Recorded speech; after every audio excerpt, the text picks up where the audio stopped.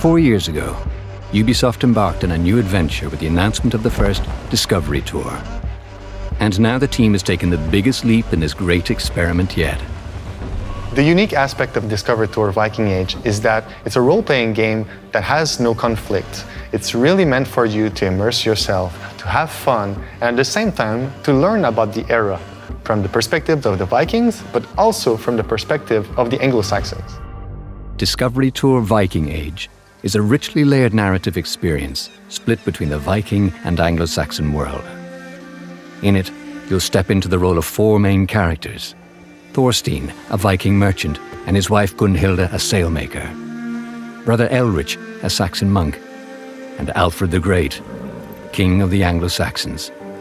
One of the quite exciting and interesting developments, I think, in the last 10-15 years is how we understand who the Vikings were and what happened when they interacted with people in the places they came to.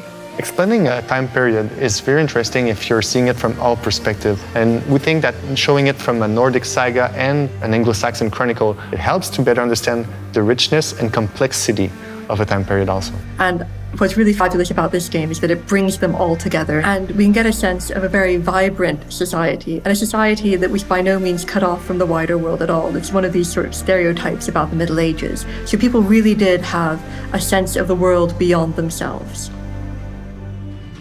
For the first time in the franchise, the experience is driven by an engaging narrative throughline, structured around 8 quests, full of familiar faces, meaningful choices, surprises, and opportunities to learn about both Viking and Anglo-Saxon life.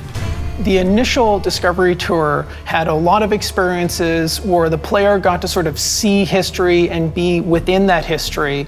Now, they're doing this learning by doing. And there, not only are you in the world, but you actually have agency. We're not just learning about an ancient Viking ship. We're building the ship ourselves. When I teach about a notion, some concept, they have like a visual. So it captivates my students, and afterwards they, oh, I remember, I've seen it in the game. This narrative will even take players to the realms of Jotunheim and Asgard to learn fascinating details about Norse mythology. There is a wealth of unlockable content to explore and earn, like the Elderman armor set and his mount, a legendary short sword, unique tattoos, a new raven, and the amazing Slygdertani, a ship inspired by Viking mythology. These unlockables are all redeemable in Valhalla's mainline experience. Along your journey, you'll also encounter discovery sites and behind-the-scenes capsules, which are optional waypoints diving deeper into the historical context of the Viking Age and revealing insights on Valhalla's development process. Throughout its creation, Ubisoft worked closer than ever with leading specialists in Norse and Anglo-Saxon history. These were not just advisors, but key developers, imbuing the Discovery Tour with unprecedented detail and immersive nuance as they pulled back the veil on this contentious historical period. I think the Discovery Tour helps make history more available to everybody.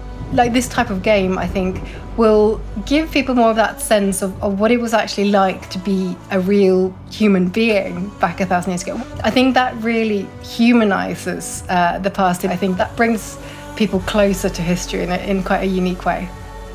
By putting people and their stories at its center, Ubisoft has amplified its impact and immersion, offering players a new way to discover and learn about history.